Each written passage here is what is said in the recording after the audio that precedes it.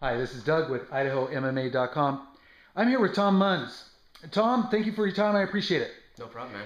So now, Tom, I haven't seen you fight. I know that you're like a pioneer of the sport. You started how long ago I think it in was fighting, like MMA around here?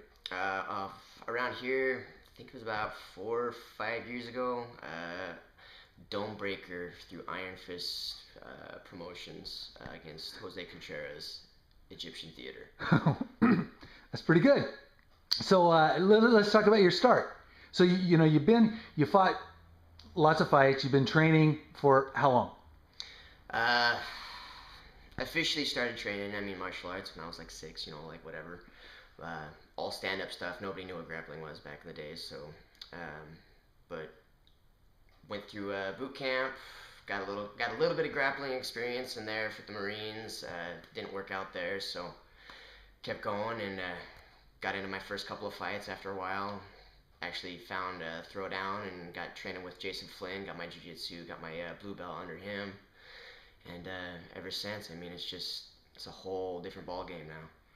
It's been a long, long time, really technical. That's what I focus on all the time. Is just getting my technique sharp. So now, what have you been doing here lately? Lately, I've been on a really long hiatus. I got a house. I got a family now. 25 years old. I'm married with 2 kids. Own my house, and now I've got this too. It's my own little training facility. Yeah. Call it the Forge. The Forge. Now, Yeah. the Forge, that's an unusual name. What's that all about? Well, everybody's kind of about like being beasts. I don't like beasts. I like machines because beasts are kind of sloppy. They don't have technique. They go out there savage. They beat stuff up, but they get tired if they come up against the machine that goes out there. It's well built, well oiled, knows nothing but what to do, what it's built for. So we don't tame beasts. We make machines. Nice. So it's the Forge. Now here at the Forge, I'm just going to sort of pan around and sort of give people an idea. You've got everything a gym would need, right? Basically, yeah. We've got Nice mats. yeah, we've got good Swain Dollar mats. Actually, same stuff they used in the '08 judo, I think. And yeah, no, I've got all the lifting that I need. Got a recumbent bike inside. Awesome area for running, biking out here. Um, Gets a little cold in the winter, a little hot in the summer, but we rough it, and it's a work in progress. Right. So now it's just you've got guys that come out and roll with you, spar, train. What's the future for Tom? Uh, Near future, I'm looking to get back here within maybe 4 months or so. 4 or 5, kind of give or take. I don't want to put anything out there, but I've got some names on a list that I'll keep to myself for now, and I'm sure somebody might have an idea. I know one person knows that I'm headhunting for him. He's a long run, but I'll catch up, and you know who you are. I'm going to keep that a secret.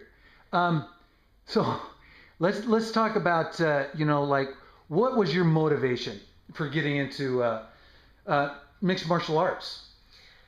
Mixed martial arts, I fell into it.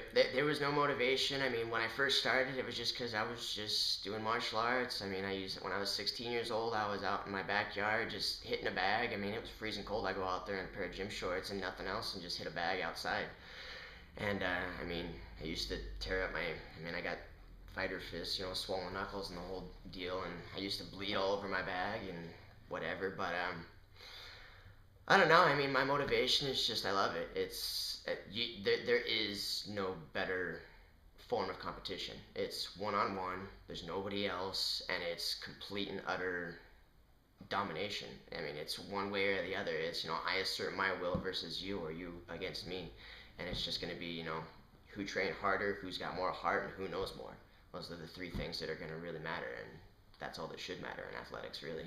Well, just from firsthand experience, your first fight, you really didn't have any cornermen. It was just you, right? Yeah, I went there. I didn't even have the right gloves. I bought a pair of board shorts at Zoomies, and I didn't have the right gloves. I went there, no prep, no ground game. I didn't know what the UFC was. I actually wore a tap-out hoodie. I thought tap-out was a band. I didn't even know. Like, I got this hoodie, and I was like, oh, cool, that looks cool. So I went out there. Actually got booed out like my debut, and I got booed. I was like, whatever, I don't care. I'm gonna come out here and I'm gonna fight. I didn't even expect to win or anything. I just came out there and was like, I'm gonna do what I'm gonna do, and we'll see what happens. So you got a friend that's in the audience, and you get him to, you talk him into being your corner guy, Yeah, right? I was actually working at McDonald's, and one of my buddies that worked there, he was actually on his day off, and I was like, hey man, you want to get a really good seat for the fight? And he's like, yeah. I was like, all right, you're gonna corner for me. He's like, what do I do? I was like, just get me water in between rounds, dude. And he didn't even do that, so I was like, all right, whatever. So your very first fight, you go out there with your buddy, and you finish the fight. I did guillotine 37 seconds out of the second. I actually kind of played through the first one just to kind of see where I was at, get a feel for it, and then the second round I was like, I'm not gonna mess around anymore. Let's go do this. And 37 seconds submission, which I didn't even have any jits, so it was really kind of impressive for me. So you didn't even know about it, what a guillotine choke was. All I knew is I'm gonna grab a hold of your head and choke the crap out of you. And since then you're a blue belt. Yep, blue belt under Jason Flynn, and I get all kinds of comments from training partners and friends that are like, what the heck was that? I'm like, I don't know, dude, it just happens. Yeah. Well, hopefully it's going to be happening here soon this year. You know, as you know, I always say, as a fan, I like to run into talent and stories, and I think there's an awesome story to be told here. Maybe not right now, but at a future date, and I'm really looking forward to that. You know, I love your gym. I love the Forge. You know, this is a place that you're going to make things happen, and maybe in a couple months, Tom, we'll see you in the cage, and I can't wait for that. You got anything you want to say out there to anybody? No, just keep an eye out. I mean, me and my buddy Aiden Eskataki, if you know it, James, if you don't. He's my new roommate, and we train here.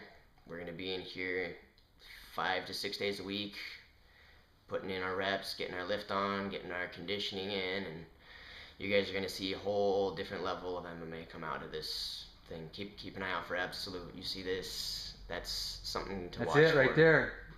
That's your company. Yep. Well, you know, we will keep an eye out on it, and you know, I look forward to maybe, you know, doing some follow up with you guys and show the fans out there, you know, what you guys are going through. So again, thank you for your time, Tom. I appreciate it. Look forward to seeing you fight this spring or summer. Absolutely. Appreciate your time. Thank you. Oh,